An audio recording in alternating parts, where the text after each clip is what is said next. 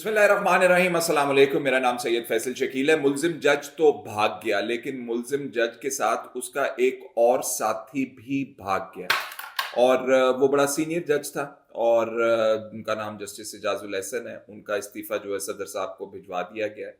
ये मामला क्या है, इसके ऊपर मैं आपको ब्रीफ करूंगा और साथ साथ साकिब निसार के खिलाफ रेफरेंस के हवाले से आज सुप्रीम जुडिशल काउंसिल में बात हुई है। साकिब निसार साहब के खिलाफ कौन सा रेफरेंस था, क्या रेफरेंस था, वो भी आपको तफसीलात बतानी है। लेकिन सबसे पहले मज़ार अली अकबर नकवी साहब के हवाले से आपको ये ब्रीफ करना है कि कल मैंने चंद गुजारिशात आपसे की थी और मैंने कहा था कि मुल्जिम जज साहब भाग गए सर पर पैर रखकर, लेकिन उनको भागने दिया जाना नहीं चाहिए था।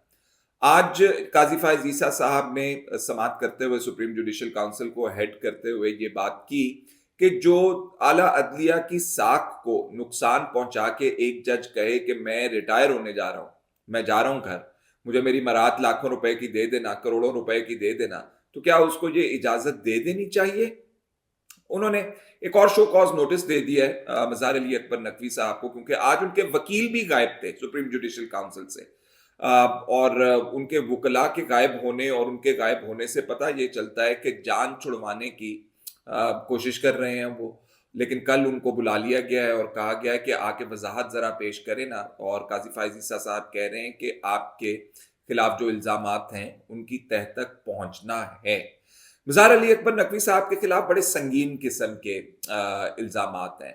ट्रकों के ट्रक उनको पहुंचाए जाते थे। फवाद चौधरी और उनके भाई की जो ऑडियो लीक थी, वो सबको पता है। मेरे ख्याल में तो इनको भी बुला लेना चाहिए कि ये वो कौन से ट्रक थे जो मज़ार अली अकबर नकवी साहब को पहुंचाते थे। और चौधरी परवेज इलाही साहब के वो कारिंदे जो उनके बेहाफ के ऊपर पैसे पकड़ा करते थे, मज़ार अली अकबर नकवी साहब के घर पाए जाते थे। चौधरी परवेज इलाही साहब कहते थे कि इनसे जो है मज़ार अली अकबर नकवी कुल केस लगवाना है। क्यों मज़ार अली अकबर नकवी साहब के पास क्यों केस लगवाना था आपने अपनी करप्शन का? इसलिए कि मज़ार अकबर अली अकबर नकवी साहब भी करप्शन में धंसे हुए थे। घुटनों घुटनों घुटनों घुटनों नहीं, पूरी गर्दन तक वो धंसे हुए थे। मुंह उनका बाहर था जो वो फुला के तो सुप्रीम कोर्ट के अंदर बैठ के फैसले किया करते थे। और खुदा खौफी है नहीं इन लोगों को। बहुत अच्छा हुआ पकड़े इसको। जिस तरह दूसरे लोगों के खिलाफ एफआईआर होती हैं, उनके खिलाफ जो है थाने कचहरी और उनको सजाएं हवालात के पीछे फेंका जाता है, फेंकें इसको, ताकि आइंदा से कोई ये हिम्मत ना कर सके कि इस मुंसिफ की ओहदे के ऊपर फायज होके आप खिलवाड़ करें, जस्टिस के साथ आप खिलवाड़ करें, लोगों के केसों के साथ ना इंसाफियां करें। अच्छा, ये समझ नहीं आई वो जो इजाजुल एहसन साहब थे वो क्या कर गए। वो भी इस्तीफा देके चलते बने। उन्होंने कल तो बड़े धड़ल्ले से परसों खत लिखा था, उन मज़ार अली अकबर नकवी साहब के हवाले से कहा था कि जी ये तो बड़ा गलत इनके खिलाफ प्रोसीडिंग हो रही है। और वो मैं आपको ये बता दूं कि सुप्रीम जुडिशल काउंसिल के वो मेंबर भी थे, सीनियर प्यूनी जज थे वो। और वो मतलब तीसरे नंबर के ऊपर, दूसरे नंबर के ऊपर, फिर तीसरे नंबर के ऊपर, बहरहाल सीनियर प्यूनी जज होने के नाते एक सरदार तारिक मसूद साहब हैं और दूसरे इजाजुल एहसन साहब हैं जो हिस्सा है इसके सुप्रीम जुडिशल काउंसिल का। तो वो भाग गए। उनके भागने की वजूहात में आपको गुजारिशात जो है वो चंद कर देता हूं। ये वो जज हैं जो दाएं और बाएं बैठा करते थे उमर अता बंदयाल साहब के। इमरान खान साहब के लिए इनके दिल के अंदर मोहब्बत भरी होती थी। Good to see you Imran Khan साहब। और इनके दिलों के अंदर जो है वो फूल जो है वो खिलते थे। और मसला ये था, इन्होंने तमाम तर अपनी कार्रवाइयों से ये साबित कर दिया था कि ये जज नहीं है, ये सियासी जमात के कारिंदे हैं जो बार बार इमरान खान साहब को इन्होंने रिलीफ पहुंचाई, इन्होंने जूरिस्प्रूडेंस का बेड़ा गर्क कर दिया। तो इजाजुल एहसन साहब उतने ही मुलव्विस हैं जितने मज़ार अली अकबर नकवी साहब मुलव्विस हैं इंजीनियरिंग के मामलात के अंदर। और मैं आपको ये बता दूं कि इनके खिलाफ भी रेफरेंस पहले आया था और फिर एक और रेफरेंस की तैयारी थी इनके खिलाफ। और इनकी करतूतें जो हैं वो सुप्रीम जुडिशल काउंसिल के सामने लाई जानी थी और बताया जाना था कि ये जज साहब ने क्या क्या करतूत घोले हुए हैं। इनके अपनी सियासी तौर पर मुखालफत जो थी मुस्लिम लीग नून से, वो भी किसी से ढकी छुपी नहीं हुई थी। और इनके जो किस्से हैं वो भी बड़े मशहूर हैं। इनका ताल्लुक जो है लाहौर के एक चैम्बर से है। उस चैम्बर में ये जो काम किया करते थे, अगर वो मैं आपको बताऊं तो आप कहें कि वाह वाह, कैसे कैसे लोगों को उठा के सियासी बुनियादों के ऊपर उनको हाई कोर्ट्स और सुप्रीम कोर्ट्स के अंदर लाके बिठा दिया जाता है। तो इजाजुल एहसन साहब मजहर अली अकबर नकवी की पुष्ट पनाही इसलिए कर रहे थे कि उनको पता था कि मैंने इसको बचाना है, और अगर मैं इसको ना बचा सका तो कल मेरी गर्दन कटनी है। तो जब उन्होंने देखा मजहर अली अकबर नकवी साहब के हक में लिख के कि जी ये तो बड़ा गलत कर रहे हैं, इसको बचाएं आप, ये तो गलत है, तो वो मज़ार अली अकबर नकवी साहब रिजाइन करके उन्होंने पीछे मुड़ के देखा तो मज़ार अली अकबर नकवी नहीं था। कदम बढ़ाओ मज़ार अली अकबर नकवी, मैं तुम्हारे साथ हूं। तो वो पता चला कि वो तो खिसक गया। तो उन्होंने कहा कि अगर ये खिसक गया है तो फिर मेरा हाल भी खराब होना है। उसकी वजूहात है, वजूहात ये है कि अब जो तादाद है वो उमर अता बंदयाली जजिस की वो बहुत कम हो गई, 4 के करीब रह गए थे, और अब इन्होंने भी मुनासिब समझा कि मैं निकल जाऊं कि मेरे हालात भी बहुत खराब होंगे। लेकिन इनको निकलने देने के लिए क्या ऐसी इजाजत होनी चाहिए कि आप कानून का, आइन का बेड़ा गर्क करके चलते बने? मज़ार अली अकबर नकवी साहब के मामले में तो आ गया कि नहीं, काजी फायज ईसा साहब कह रहे हैं कि क्योंकि इनकी समात शुरू हो गई थी सुप्रीम जुडिशल काउंसिल के अंदर, तो इसलिए इनको हम तह तक पहुंचेंगे कि इन्होंने क्या किया क्या नहीं किया, सुप्रीम कोर्ट का नाम बदनाम किया है क्या नहीं किया, वो सारा उनको सामने लेकर आना है। और जितनी नेक नामी ये कमा चुके हुए हैं वो सबको पता है कि ये कितने नेक नामी इन्होंने कमाई हुई थी। अच्छा है, होनी चाहिए लितर परेड, और होना चाहिए इनको पूरे, वो घुमाना चाहिए पूरे शहर के अंदर कि वो बंदा है क्या जो कि सुप्रीम कोर्ट के अंदर बैठ के ये हरकत करता रहे। अच्छा, एक और साबिक चीफ जस्टिस साकिब निसार साहब का मामला आज सुप्रीम जुडिशल काउंसिल के अंदर डिस्कस हुआ है।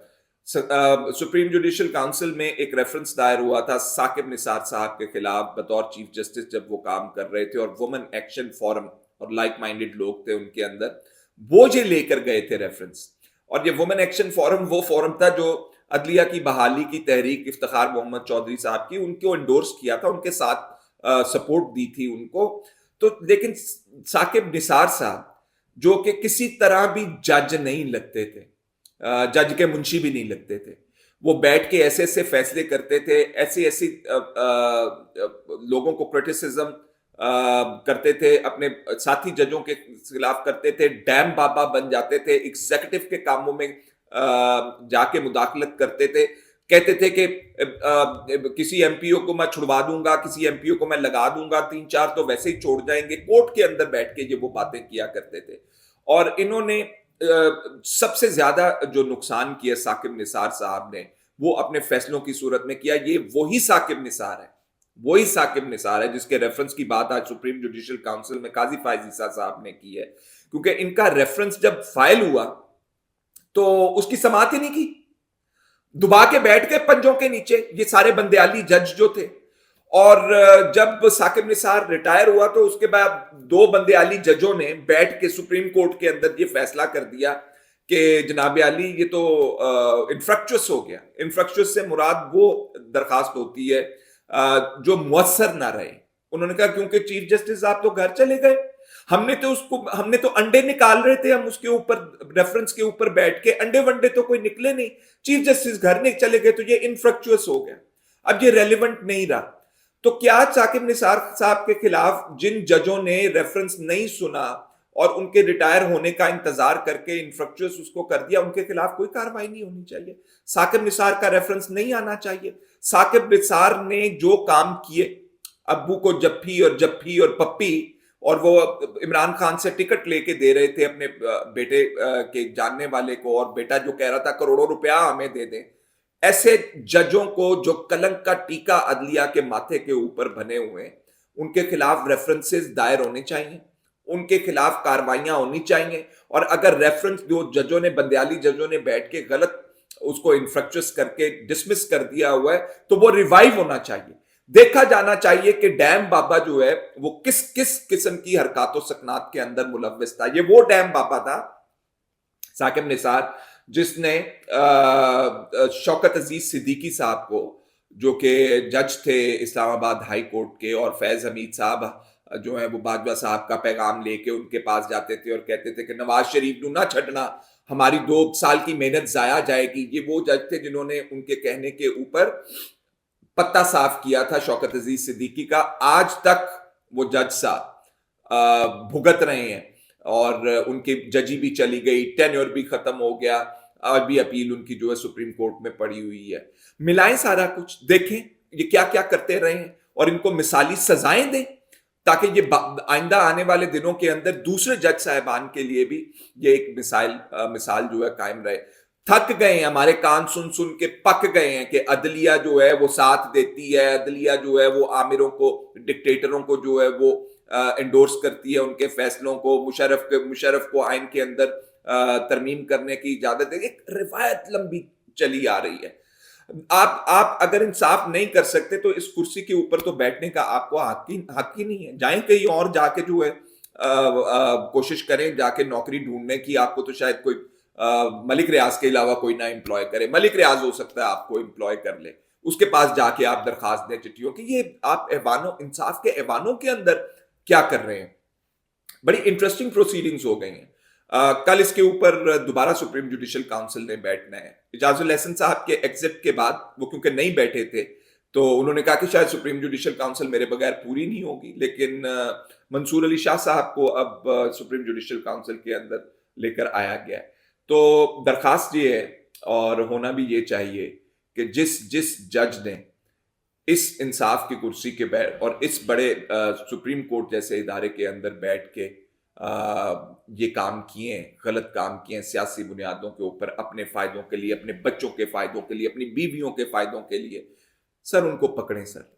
ये किसी के बाप का पैसा नहीं है जो ये जिनसे ये तनख्वाहें लेते हैं, ये अवाम का पैसा है जिनसे ये तनख्वाहें लेते हैं। और ये जो कॉन्फिडेंस, पब्लिक कॉन्फिडेंस इरोड किया इन्होंने, बेड़ा गर्क किया इंस्टीट्यूशन के अंदर, इनकी तो बहुत सख्त सजा होनी चाहिए, इनको तो नहीं छोड़ना चाहिए। तो अभी चल रहा है केस, मजीद आपको इसके ऊपर अपडेट करेंगे। फिलहाल इतना ही, इजाजत दीजिए, अल्लाह हाफिज।